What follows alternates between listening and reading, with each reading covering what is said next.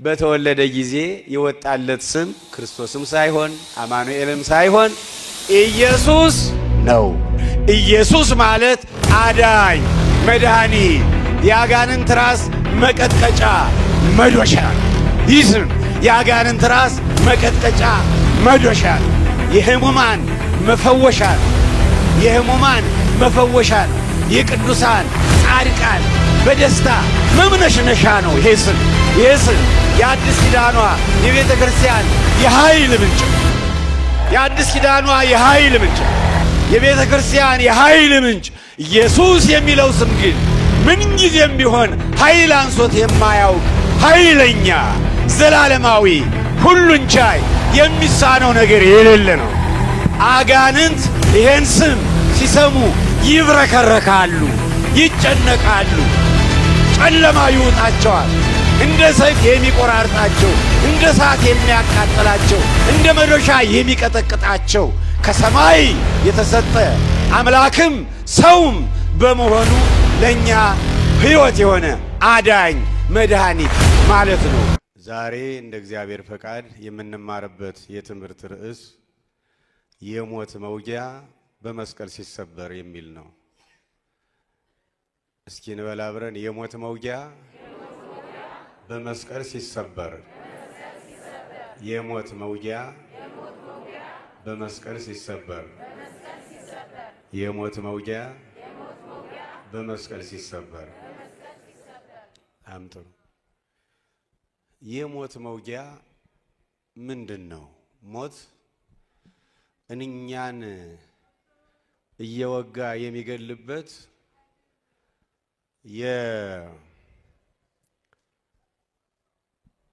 የመውጊያው ምንድን ነው?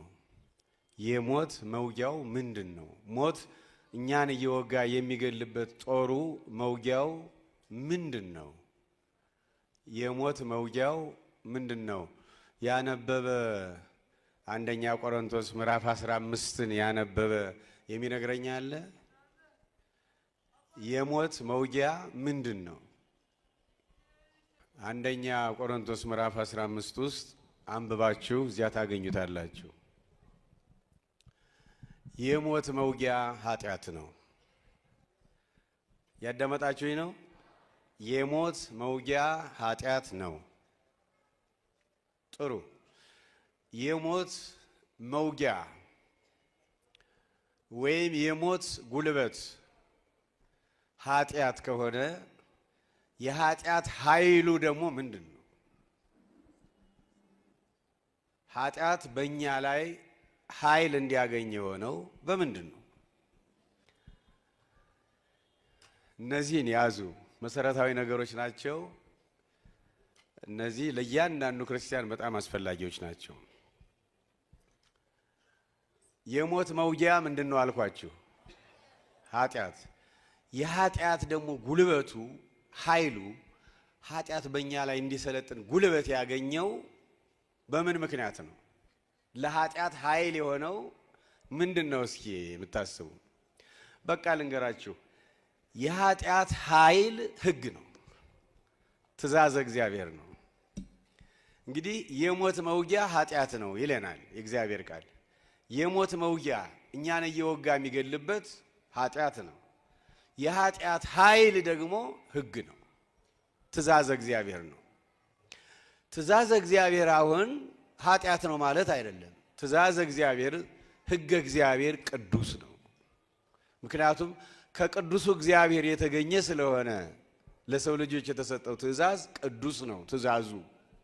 ስለዚህ ዋናው ምንጩ ለኃጢአትም ለሞትም ዋናው ትልቁ ምንጩ ምንድን ነው ማለት ነው? ወጣቶች ናቸው። አሁን ካልኩት አንጻር ዋናው ምንጩ ምን መሆኑ ነው? በአንድ ቃል ነው። ተመልከቱ እንግዲህ የሞት መውጊያ ኃጢአት ነው አልኳችሁ። የኃጢአት ደግሞ ኃይል የሆነው ምንድን ነው አልኳችሁ?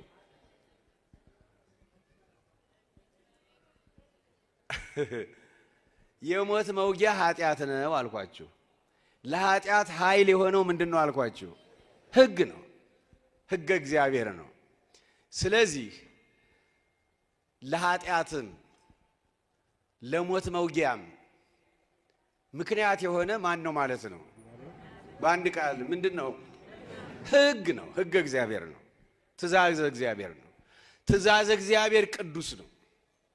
መጀመሪያ ለአዳምና ለሔዋን የተሰጠው ትእዛዝ ቅዱስ ነው አይደለም? ምክንያቱም ቅዱስ የሆነበት ምክንያት እንዳይሞቱ የሚያደርግ ትእዛዝ ነው። ለዘላለም እንዲኖሩ እንዳይሞቱ የሚያደርግ ትእዛዝ ነበር። ያ ለአዳምና ለሔዋን ቅዱስ ነበር። ግን አዳምና ሔዋን ያን ትእዛዝ ፈጸሙ አልፈጸሙም? አልፈጸሙም አይደል? ትእዛዙን ሲጥሱ ማን ጉልበት አገኘ? ኃጢአት። በእነሱ ላይ ለመንገስ ኃጢአት ጉልበት አገኘ። እንደገና ከኃጢአት በላይ ደግሞ ማን የሞት መውጊያ አገኘ ማለት ነው? ተመልከቱ እንግዲህ የሞት መውጊያ ኃጢአት ነው። የኃጢአት ኃይል ምንድነው አልኳችሁ? ሕገ እግዚአብሔር ነው። ሕገ እግዚአብሔርን በጣስን ቁጥር ኃጢአት ኃይል ያገኛል። በእኛ ሕይወት ውስጥ ሕገ እግዚአብሔርን በጣስን ቁጥር። ስለዚህ አዳምና ሔዋን ቅዱስን የእግዚአብሔር ትእዛዝ መጠበቅ ስላቃታቸው በራሳቸው ነፃ ፈቃድ ዲያብሎስ ነፃ ፈቃዳችን በር ሳንከፍትለት ስልጣን የለውም በእኛ ላይ።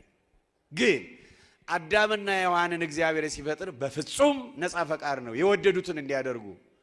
ዲሞክራሲ የሚለውም በዚያ ላይ ነው የሚሰራው። ኃጢአት በእነሱ ላይ ሲነግስ ደግሞ ማን መውጊያ አገኘ? ሞት።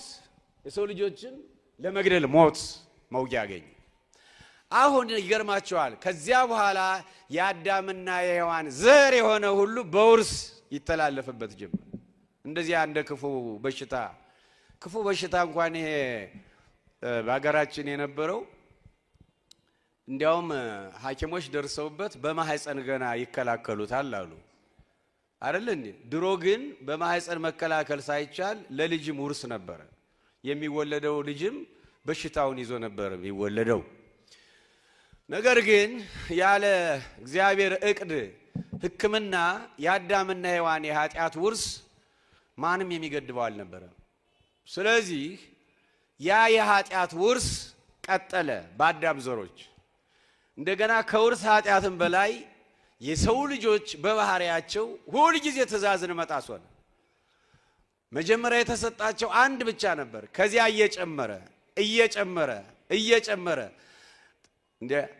እየጨመረ ትእዛዝ ክፋት በበዛ ቁርጥ ትእዛዝ ይወስናል እግዚአብሔር እና ከአሰርቱ ቃላተ ኦሪትም በላይ በብዙ መቶ የሚቆጠሩ ሕጎች በመጽሐፍ ቅዱስ ውስጥ ለሰው ልጆች ተሰጠ። ግን የሰው ልጆች ኃጢአትን ትእዛዝን መፈጸም ቻሉ ወይ? አልቻሉም። እግዚአብሔርም ወደ ሰው ልጆች ተመለከተ አለ ቅዱስ ዳዊት። ምናልባት ከኃጢአት ነፃ የሆነ ሰው ይገኝ እንደሆነ ብሎ እግዚአብሔር ሐወፀም ሰማይ ላዕለ እጓለ እመሕያው ወደ ሰው ልጆች ተመለከተ። ነገር ግን ኩሉ አረየ ወህቡረ አለው። ሁሉም በትክክል በድሎ አገኘ፣ ያልበደለ አልተገኘም። ያዳመጣችሁ ነው። አሁን የሰው ልጅ ምን ይዋጠው? እግዚአብሔር ደግሞ በሰው ልጆች ነፃ ፈቃድ አይገባም። ሆኖም ግን የሰው ልጆች ነፃ ፈቃድ የአዳምና ሔዋን የዘሩም ሁሉ ነፃ ፈቃድ ከዚህ መከራ ማምለጥ ነበረ። ምክንያቱም በኃጢአት ምክንያት የዲያብሎስ ባሪያዎች ሆነዋል። ካለመገነት ተሰደዋል። መርገምና ርኩሰት፣ ሞትና መቃብር በላያቸው ላይ ነግሷል። በጣም ከባድ ነበረ። ስለዚህ እግዚአብሔር አንድ ቀን ምህረት እንዲያደርግለት ከአዳም በነፃ ፈቃዱ ተጠቅሞ አለቀሰ። ከዚያ አንድ ቀን ከራሱ ዘር ሰው ሆኖ እግዚአብሔር እንደሚያድነው ተስፋ ሰጠው። ያን ውርስ ለልጆቹ፣ ቀጣዮች ለልጆቻቸው ወደ ነቢያት ደረሰ። ነቢያት በግልጥ መናገር ጀመሩ። ድንግል ትጸንሳለች፣ ወንድ ልጅም ትወልዳለች፣ ስሙንም አማኑኤል ይሉታል የሚለው ግልጥ እየሆነ መጣ። ግልጥ እየሆነ መጣ። ስለዚህ ነቢያት እንደተናገሩት ይህን የመሰለው የሰው ልጆች ጠላት ኃጢአት፣ የሞት መውጊያ ከስራቸው ተነቅለው ዲያብሎስ፣ መርገምና ርኩሰት፣ ሞትና መቃብር ከስራቸው ከሰው ልጆች ተነቅለው የሚጣሉበት ጥበብ ተገኘ። ያም ጥበብ የእግዚአብሔር ልጅ ወልድ እኛን መሆን ነው። ይህ የእግዚአብሔር ፈቃድ። ሌላ ሁለተኛ አዳም ሆኖ መገለጥ ነው። እያዳመጣችሁኝ ነው? ሁለተኛ አዳም ሆኖ በምድር ላይ ከአንዲት ድንግል ተወልዶ መገለጥና ስራውን ሰርቶ ስለ ሰው ልጆች ቤዛ በመሆን መሞት ነው። የሰው ልጆችን ሞት ለማስወገድ እሱ መሞት ነው የወሰደው። ስለዚህ በጣም የሚገርም ነው። በራሱ ጥበብ በመንፈስ ቅዱስ ጥበብ በማህፀኗ በማደር ከስጋዋ ስጋን ከነፍሷ ነፍስን በመክፈል በመንሳት ወንድ ልጅ ሆኖ የኛ ጌታ ተቀረጸ። በድንግል ማርያም ማህፀን ተቀረጸልን። አሁን እንደዚህ ለመቀረጽ ያበቃው ወገኖቼ ኃጢአትን፣ ሞትን ከስሩ ነቅሎ ለመጣል ነው። እኛ የማንችለው ስለሆነ ከስሩ ነቅሎ ለመጣል ነው። እግዚአብሔርነትን እንደመቀማት ሳይቆጥር ራሱን ባዶ አደረገ፣ ራሱን አዋረደ። ስለዚህ ወገኖቼ ጌታ መስቀል የተባለ መከራን፣ ውርደትን ፈቃድ ሆኖ የተቀበለው እኛን ነፃ ለማውጣት ነው። እኛን ከሞት ወደ ሕይወት ለማሸጋገር ነው። ጌታ በቤተልሔም ሕፃን ሆኖ ከድንግል ማርያም ድንግልናዋ እንዳለ በመንፈስ ቅዱስ ድንቅ ሥራ ሲወለድ በተወለደ ጊዜ ማንኛውም ልጅ ሲወለድ ስም እንደሚወጣለት በተወለደ ጊዜ ስሙ ማን ተባለ? መልአኩ አስቀድሞ ስሙን እገሌ በሉት ብሎ ነበር። እያዳመጣችሁ ነው? ስሙን እገሌ በሉት ብሎ ነበር መልአኩ። ሲወለድ እገሌ በሉት ብሏል። ወንጌሉ የሚነግረን እሱን ነው። እየተግባባን ነው? ማቴዎስም ወንጌላት የሚነግሩን ይሄን ነው። በተወለደ ጊዜ እገሌ በሉት ብሏል ከእግዚአብሔር ተልኮ መልአኩ። ስለዚህ በተወለደ ጊዜ ማን ተባለ? እስቲ አማኑኤል የምትሉ እጃችሁን አማኑኤል የምትሉ አማኑኤል በተወለደ ጊዜ በቤተልሔም መጀመሪያ የወጣለት ስም አማኑኤል። እጃችሁ እንደገና አውርዱ። ጥሩ። ለመጀመሪያ ጊዜ በተወለደ ጊዜ ክርስቶስ ተባለ የምትሉ እጃችሁን አውጡ፣ አውርዱ። ክርስቶስ ትንሽ ናት። እሺ፣ በተወለደ ጊዜ በቤተልሔም በተወለደ ጊዜ መልአኩ አስቀድሞ እገሌ ብሉት እንዳለ ኢየሱስ ተባለ የምትሉስ? አማኑኤልን ሊወዳደር ትንሽ ቀርቶታል። ይኸው መልአኩ አስቀድሞ እንደተናገረ ኧረ ተው እኛ እኮ 2000 ዓመት በላይ የሆነን ክርስቲያኖች ነን። ምዕራባውያን ያስተምሩን ይሄን እኛ እናስተምራቸው እንጂ ከነሱ በፊት እኮ ነው ይሄን ጌታኛ ያገኘ ነው። ስለዚህ በቤተልሔም በተወለደ ጊዜ መልአኩ አስቀድሞ እንዳለው እገሌ በሉት እንዳለው በተወለደ ጊዜ የወጣለት ስም ክርስቶስም ሳይሆን አማኑኤልም ሳይሆን ኢየሱስ ነው። ይሄን ያዙ። ጌታ በቤተልሔም በተወለደ ጊዜ መልአኩ አስቀድሞ እንዳለ ስሙ ማን ተባለ? ንገሩኝ። ስሙ ማን ተባለ? ኢየሱስ። ኢየሱስ ማለት አዳኝ መድኃኒት ማለት ነው። ያን ከአዳምና ከሔዋን ጀምሮ የሰው ልጆች ጠላት የነበረ ኃጢአትን፣ የሰው ልጆች ጠላት የነበረ ሞትን፣ የሰው ልጆች ጠላት የነበረ ዲያብሎስን፣ የሰው ልጆች ጠላቶች የነበሩ ሞትና መቃብርን ይሄን ሁሉ ለማስወገድ መድኃኒት አዳኝ ከዚህ ሁሉ የሚያድ ኢየሱስ ማለት አዳኝ መድኃኒት የአጋንንት ራስ መቀጥቀጫ መዶሻ ነው። ይህ ስም የአጋንንት ራስ መቀጥቀጫ መዶሻ ነው። የሕሙማን መፈወሻ ነው። የሕሙማን መፈወሻ ነው። የቅዱሳን ጻድቃን በደስታ መምነሽነሻ ነው። ይሄ ስም የአዲስ ኪዳኗ የቤተ ክርስቲያን የኃይል ምንጭ ነው። የአዲስ ኪዳኗ የኃይል ምንጭ። ይሄ ሁሉ መብራት የምታዩት የከተማዋ ያውም እሱ ኃይሉ እንጃ ምን እንደሚሆን አላውቅም። ቴክኒኩ ይሁን 10 ጊዜ ይጠፋል ይበራል፣ ይጠፋል ይበራል። የቤተ ክርስቲያን የኃይል ምንጭ ኢየሱስ የሚለው ስም ግን ምን ጊዜም ቢሆን ኃይል አንሶት የማያውቅ ኃይለኛ፣ ዘላለማዊ፣ ሁሉን ቻይ፣ የሚሳነው ነገር የሌለ ነው። አጋንንት ይሄን ስም ሲሰሙ ይብረከረካሉ፣ ይጨነቃሉ፣ ጨለማ ይውጣቸዋል። እንደ ሰይፍ የሚቆራርጣቸው፣ እንደ እሳት የሚያቃጥላቸው፣ እንደ መዶሻ የሚቀጠቅጣቸው ከሰማይ የተሰጠ አምላክም ሰውም በመሆኑ ለኛ ሕይወት የሆነ አዳኝ መድኃኒት ማለት ነው ኢየሱስ ማለት። ስለዚህ በቤተልሔም መጀመሪያ በተወለደ ጊዜ መልአኩ አስቀድሞ እንደተናገረ ማን ተባለ? እስኪ ንገሩኝ እንደገና በአንድ ቃል ማን ተባለ? የሰይጣን ጆሮ ይደፈንና ማን ተባለ? ልቡናችሁ እንደ ልድያ ይክፈተውና ማን ተባለ? በአንድ ቃል ኢየሱስ። ኢየሱስ ማለት የተዋሃዶ ስም ነው። ተመልከቱ፣ የተዋሃዶ ስም ነው። አምላክም ሰውም አምላክ ሰው ሆኖ በተዋሃዶ ስለተወለደ የተዋሃዶ ስሙ ነው ኢየሱስ ማለት። ከዚያ አማኑኤል ማለት ክርስቶስ። ከዚያ አማኑኤል ክርስቶስም የተዋሃዶ ስሙ ነው። አማኑኤልም የተዋሃዶ ስሙ ነው። ግን በመጀመሪያ አስቀድሞ መልአኩ እንዳለ እገሌ በሉት ያለው ግን ኢየሱስ ነው። ያዳመጣችሁኝ ነው። ክርስቶስ ተከታይ ነው፣ አማኑኤልም ተከታይ ነው። ግን ሶስቱም የተዋሃዶ ስሞቹ ናቸው። ኢየሱስ ይቅደም እንጂ ሶስቱም የተዋሃዶ ስሞቹ ናቸው።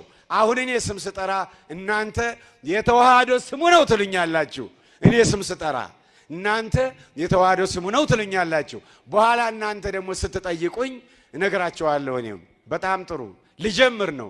ኢየሱስ በአንድ ቃል ኢየሱስ፣ ኢየሱስ፣ ክርስቶስ፣ ክርስቶስ፣ ክርስቶስ፣ አማኑኤል፣ አማኑኤል፣ አማኑኤል።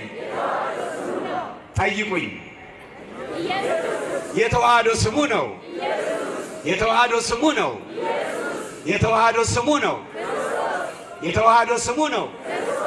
የተዋሃዶ ስሙ ነው። የተዋሃዶ ስሙ ነው። የተዋሃዶ ስሙ ነው። የተዋሃዶ ስሙ ነው። የተዋሃዶ ስሙ ነው። እግዚአብሔር የተመሰገነ ይሁን። አሁን ኢየሱስ እየተባለ አማኑኤል እግዚአብሔር ከኛ ጋር ማለት ነው በተዋህዶ እንዳለ ሆኖ ክርስቶስም እንዳለ ሆኖ ያደገው ግን የናዝሬቱ ኢየሱስ እየተባለ ነው። ኢየሱስ እየተባለ የኛ ጌታ ቀስ በቀስ ማደጉ ለሱ መከራ ነው፣ ለሱ ውርደት ነው፣ ለኛ ክብር ነው። ለሱ ሞት ነው፣ ለኛ ሕይወት ነው። በዮርዳኖስ ተጠመቀ ራቁቱን በፍጡሩ እጅ። ለሱ ውርደት ነው፣ ለኛ ግን ክብር ነው። ለሱ ሞት ነው፣ ለኛ ሕይወት ነው። ውሎ ሳያድር ወደ ገራመ ቆሮንቶስ 40 ቀን 40 ሌሊት ለመጾም ሄደ። በጾመ ጊዜ ራበው፣ ጠማው። የማይረበው የማይጠማው አምላክ ነገር ግን የሚራበውን የሚጠማውን የእኛን አካል በመዋሃዱ እኛንም በመሆኑ በእኛ ባህሪ፣ በእኛ ጠባይ፣ በእኛ ተፈጥሮ ራበው፣ ጠማው። ዲያብሎስ ፈተነው፣ ፈተናውን አለፈ። ይህ ለሱ መስቀል ነበረ። ወዲያው ሳይውል ሳያድር ስራ ጀመረ። ምንድነው ስራው? ወንጌልን ማስተማር። ወንጌልን ማስተማር ሲያስተምር ሁለተኛው አዳም ሆኗልና የመጀመሪያው ወንጌላዊ፣ የመጀመሪያው የሐዲስ ኪዳን መምህር፣ የመጀመሪያው ካህን፣ የመጀመሪያው ሊቀ ካህናት ሆኖ ተዘዋውሮ ማስተማር ጀመረ። የፈጠረውን ሕዝብ በፈጠረው ሕዝብ መካከል የተፈጠረን አካል ተዋህዶ ሰው ሆኖ ሁለተኛው አዳም ሆኖ በመዘዋወር እኛ ክርስቲያኖች በዓለም ዙሪያ ማድረግ የሚገባንን ነገር ሰርቶ ለማሳየት ሰርቶ አሳየ። አርአያና ምሳሌ ሆነ። አመጣጡ ሰርቶ ለማሳየት ለአርአያነትና ለምሳሌነት፣ በመጨረሻም ስለኛ ሞቶ ቤዛ ሆኖ እኛን ለማዳን በመሆኑ በማስተማር ጊዜው ብዙ ፈተናዎች ደረሱበት። እኛ ጌታ ምን አደረገ መሰላችሁ? ልክ እኛን ሆነና የኛ ጠበቃ የኛ ቤዛ የኛ መከታ የኛ አለኝታ የኛ ዋስ ሆነና ልክ እኛ መፈጸም የነበረብንን ትእዛዝ እግዚአብሔር የብሉይንም የሐዲሱንም የነበረውንም ያጠበቀውንም አንዷ ሳትጎድል በሰውነቱ ሁለተኛው አዳም ሆኖ ፈጸመልን። ሕጉን ፈጸመልን የኛ ጌታ። እያንዳንዳችን ልንፈጽመው የሚገባንን እሱ ፈጸመልን። ለዚህ ነው ያመነ የተጠመቀ ይድናል ማለት ክርስቶስ እኛን ሲያዘን የምንችለውን ነው። ከምንችለው በላይ የሆነውን ምን አለን? እናንተ ደካሞች ሸክም የከበረባችሁ ሁሉ ወደ እኔ ምን አለ የኛ ጌታ? ኑ ነው ያለ። እናንተ ደካሞች ሸክም የከበረባችሁ ሁሉ ወደ እኔ ኑ። ወገኖቼ ነገር ግን በዚህ ሁሉ ማህበራዊ ኑሮ ስንኖር ተስፋ እንዳንቆርጥ ባለማወቅ ስለሆነ የምናጠፋው የኛ ጌታ በቀራንዮ የሚያደርጉትን አያውቁምና ይቅር በላቸው ያለ ጌታ ቃሉ ዛሬም ሕያው ስለሆነ እናንተ ደካሞች ሸክም የከበረባችሁ ሁሉ ወደ እኔ ኑ እኔም አሳርፋችኋለሁ ማለት ልትጠብቁት መልካም ልትጠብቁት የሚገባችሁን ትእዛዝ አልጠበቃችሁም። ሸክም ማለት ኃጢአት ነው። ኃጢአት ደግሞ ትንሽ ኃጢአት ለምሳሌ 99.9 ትእዛዝ እግዚአብሔርን አክብረን አንዷን ነጥብ ብንጥስ በዛሽ ነጥብ ምክንያት ሞት ይፈረድብናል።